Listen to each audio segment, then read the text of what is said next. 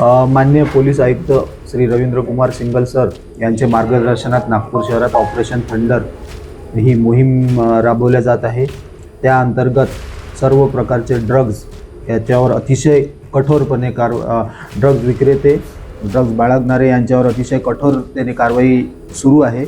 त्याच मोहिमेअंतर्गत आमचे DB पथकाचे प्रमुख API श्री मुसळे साहेब आणि त्यांच्या टीममध्ये ललित शेंडे, नितीन मिश्रा, प्रमोद कंगाले, विशाल बैसारे, अजय गटलेवर आणि अविनाश गोलवंशी यांना एक टीप मिळाली होती की बेलेनगरमध्ये असलेल्या नाल्याजवळ काही गांजा ठेवलेला आहे।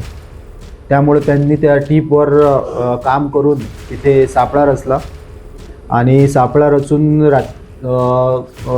तिथे त्यांना गांजाचा साठा आणि 2 आरोपी हर्ष रवी पांडे आणि मोहम्मद सोहेल उर्फ आतिक उल्ला सिद्दीकी दोन्ही राहणार बेलेनगर हे त्या ठिकाणी मिळून आले। त्या ठिकाणी NDPS कायद्याअंतर्गत कारवाई केल्यानंतर एकूण 62.560 किलो गांजा त्या ठिकाणी मिळून आला।